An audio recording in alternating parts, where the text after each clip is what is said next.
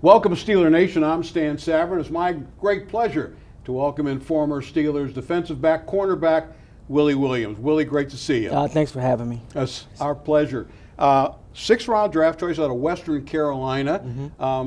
Getting drafted that late, did it come as a surprise to you? Do you expect to go earlier or maybe not at all? I was expecting to go earlier. Listening to my agent and some other people talk, they was talking about between the first and third round, but I fell down to the sixth round, which it was a great opportunity for me coming from a small school. So I was happy being drafted. What about being drafted by the Pittsburgh Steelers? It was a dream that came true because I always wanted to play for the Steelers as a kid.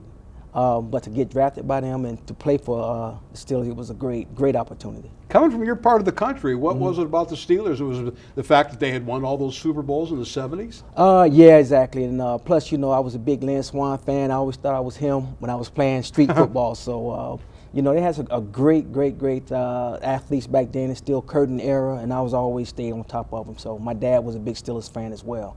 So I just followed in his footsteps. When you came here, of course, the Super Bowl era was long gone. The team was kind of, retooling, if you will, to get into a terrific run in the 90s. Did that give you a better opportunity because, the Mel Blunts and, some of the mainstays of that defense were now gone? Yeah, I felt that way because, just to have that name behind my name is Willie Williams, the Pittsburgh Steelers. I always thought I can come in and contribute to try to help the Steelers get back to that point. But I was a rookie coming in trying to find my way, and I had guys like Rod Woodson, Cornell Lake, and Greg Lloyd that I just was like in starstruck, because I always watched those guys play when I was in high school and college. So to be drafted and just to be part of that team was just a great feeling. But eventually I thought we was going to eventually go to a Super Bowl because I always had thoughts by having those guys in front of me that's going to lead us there. But it took a while. We had to work hard at it, but we eventually finally got there, and it was just a great opportunity to be able to play in the Super Bowl. They talk about the greatest transitions from college to pro. Quarterback, obviously. Right. They also talk about offensive tackles. It's a big transition. Running backs, skill position guys. But what about on the corner, especially playing at a smaller school like Western Carolina? What was the biggest difference when you went from that level of football to the ultimate level of football? I think coming to Pittsburgh from Western Carolina, I just always had that aggressive attitude in me when I was playing high school football. That's what they talked about. I was aggressive, and also I had good speed too. Speed does matter sometimes, especially being my size. I was only 5'9", 170 coming out. So I think just having that attitude, that aggressive attitude, and having good speed, and just being a smart football player helped me out a lot.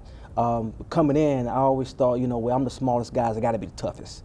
And I got that name, pound for pound, Mighty Mouse. LeVon Curtin gave me that name because I lived up to that standard, being a tough, small guy. It's funny you talk about that. Thomas Everett was another guy. He wasn't real big, but he could hit a ton. Was it cool to be part of what became known as the Blitzburgh defense? Very cool, because we know what to expect from other teams, and they know what they was going to receive on Sunday. So to be part of the Blitzburgh team, it is just wonderful because we always wanted to put pressure on the quarterback and to just make him get rid of the ball quick. And we can see in the quarterback eyes he was a little intimidated, which was good. And plus you had Kevin Green and Greg Lloyd on the outside. You better get rid of the football. So we always went into a game thinking that, okay, we're going to put pressure on this offense and we're going to give it to our offense to win. Quiver and quake, Blitzburgh, they were frightening to other teams. And I'm wondering, outside of the schematics and the individual talents of the players on that defense, how much of it was that attitude? You know what? We all had attitude. Going into all season, we all worked out together. We ate together. We hung out together. It was just that chemistry that we had, and we just always talked about how good of a football team we had, but we just had to put it together as a team on the practice field. We practice like we play, and I think by playing for Bill Cowher, he put that attitude in us. The way you practice is the way you play, so we took it seriously. We didn't go in tagging off on runners. No, we went in doing practice hitting runners, hitting receivers, because that's just the attitude that we have, and we had expressed that to let everybody know that we have a great football team on defense, and we was going to try to intimidate all the offenses that we played against. Everybody knows Steeler Nation about Bill Cowher and his demeanor. Did that attitude come directly from him, the way he was on the sideline, stuffing photos in referees' pockets and doing all those things in the jaw? I think so. It rubbed off on me because that was my first NFL coach. So he had that attitude, so I got to play up to his standards. So by coming in, being drafted by him, and he's showing the attitude that I want to have, it just, rubbed off on us, especially being a rookie in '93. You had 7 interceptions one year, and they always talk about, and it's true, pass defense, good rush, good coverage, they go hand in hand. You had the 7 interceptions one year. How much of that would you attribute to the kind of ferocious pass rush that you often got from that defense? Right. It's interesting you brought that up because that was in '95. That was my first year being a starter. When we talk about the 7 interceptions, I always go back. The first game I started against Detroit Lions, that's when Woodson got hurt, so I had to come in and start. And the receiver, Herman Moore, that was the worst game I ever played in my life. 10 catches for 100 and something yards on me, all on me. So I was kind of like filling in the dumpster that game, and Bill Cowher benched me for the following game. And, I went in with an attitude. I said, okay, the next time I get that opportunity to be a starter, I'm not looking back. So I ended up playing against Houston in nickel position.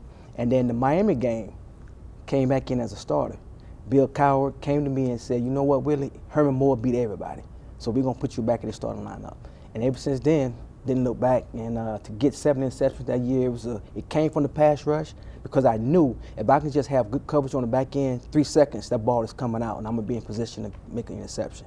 And it just ended up being in the right place at the right time. That Herman Moore game, I remember it. It was at home at Three Rivers. Home game. And I think that's the game Rod Woodson got hurt. Yeah. And I had to come in and be a starter, and I was just like, had the big eyes and just nervous. And, I learned a lot from that game because I always went back to that game just to learn from it, end up being the starter for the rest of the season. Well, Bill was right. Herman Moore beat a lot of people. He was about 6'11", 6'4", too. about 6'11". That didn't help. In 1994, it probably goes down, if not the most devastating home playoff loss, certainly one of them. And I'm wondering, that game in particular, did that serve as a springboard for '95 when you did get to the Super Bowl? I think so, because I'll never forget it. I think it was against the San Diego Chargers. To lose that game, it was just this attitude that we got. So, okay, we need to get back to work.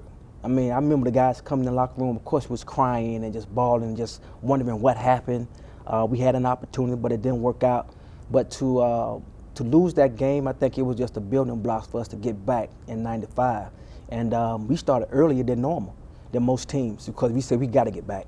We got to get back, because to get that feel as an AFC Championship game and was that close again to the Super Bowl, it just put something in us. And I think by having Greg and Kevin Green and LeVon Kirkland and all the older guys, they made us. Like, listen, we starting work on this certain day, you better be there. And that's just how it was. And we end up, having success in '95. Well, let's go to a big success, the AFC Championship game against Indianapolis. And people will talk about a lot of the plays that occurred in that game. But one that didn't get a whole lot of attention, it's in the third quarter. You're up 16-13, but Jim Harbaugh, now Michigan head coach, is the quarterback, and it's 3rd and short at their own 31-yard line. And there's some confusion about the defense that was called. There was supposed to be, half the team thought it was going to be a blitz, the other half didn't think it was going to be a blitz. They hand off to Lamont Warren, and I, sitting up in the press box, said, oh no, look, the whole field is open. He could have run to the river and no one would have touched him. Somehow you made the tackle on Lamont Warren for no gain. Otherwise, he runs literally for 50 yards and at least tie the game and probably go ahead and win it. Take us through what happened in the huddle, and where was the confusion, and why did you do what you did to make the tackle? Yeah, we got the call, and a lot of people didn't understand what was called. So we was like, okay, well, what is the play? What's the play? So I'm looking back, and it's Sauce Backer. So Sauce Backer was a corner blitz on the tight end side. I'm like, you sure Sauce Backer? So they gave me the call. So once the ball snapped, I came off the corner like I was told to do, And next thing I know, I saw the running back run away from me, so I had to just break it down and got skinny, and I ended up making a tackle. And to be honest with you, I didn't realize that was a big play because I was just so afraid I made a mistake on the play because there was a lot of confusion going on. So I didn't know it was a big play until we got to the sideline. So to realize that if I didn't make that tackle, Lamont Warren probably would have bumped his head on the goalpost. And you know, just to make that play and give us an opportunity to get to a Super Bowl was awesome. And every time I get with some of my buddies that I played with, they always talk about that play. So it's great to have that feeling. And the guys gave me credit for it, which I was like, nah, it's a team thing. I'm always that humble guy, didn't want the accolades or whatever. I always was a team player. So to make jokes about, you help us get to the Super Bowl, you know, you still a little baby, still small jokes that went on and on. But other than that, it was a great opportunity to be able to make that play and didn't realize it was a big play until after the game was really over. So to help us get in that Super Bowl that year was awesome.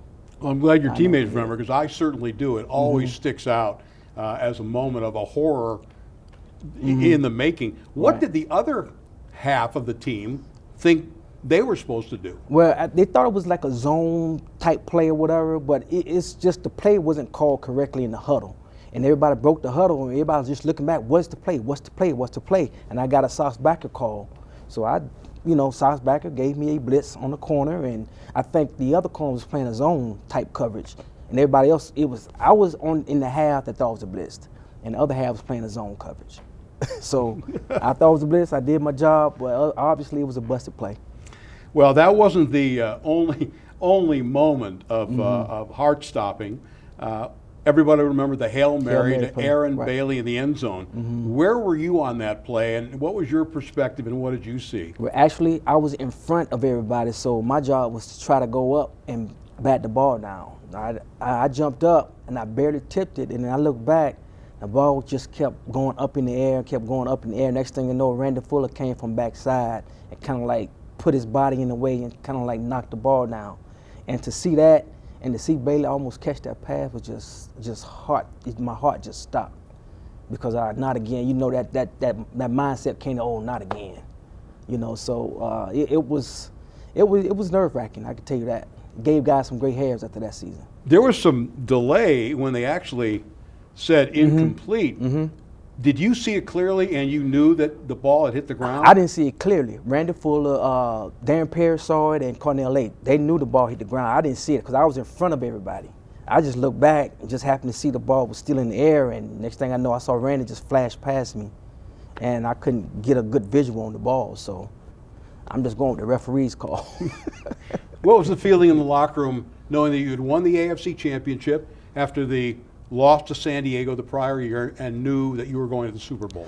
It was a great feeling, but we knew we was in a tough ball game that game, and everybody was saying it was too close. I mean, we were better than that, and everybody was talking about we were better than that. So it was a close game. So the mindset was, now we got to get there to the Super Bowl and win it. We can't go to the Super Bowl and lose it. So that was just the mindset. So everybody just put in that extra work. We had extra workouts, extra film study, and we just put in the overtime to try to get ourselves prepared to go win a Super Bowl and not just to show up. Well, it didn't end the way you would have liked, but looking back on it, Willie was actually playing in the Super Bowl on a great team. Is that the highlight of your career? Yes, I would say so. It was surreal. I never thought I would be in that position to be a starter in a Super Bowl. So to get that far and to be able to be on that showcase, it was an awesome feeling. And to have them announce your name coming out of that huddle, coming out of that tunnel, it was a great opportunity for us. It didn't end the way we wanted to. A lot of wet eyes, crying and hugging. Maybe we'll get back next year. It was a lot of talk about that. So, and obviously we didn't go back that following year. It took me 10 years, but I ended up coming back to Pittsburgh and ended up getting that ring. So, and that's all we talked about was getting a Super Bowl ring. To play 13 years, to not get a Super Bowl ring is devastating, but to play 13 years and to get one, it's exciting, very exciting. It was a terrific career. Right. I know Steeler fans remember you very fondly. Can't thank you enough for being here today. Oh yeah, thank you Willie. for having me. It was great to see you too.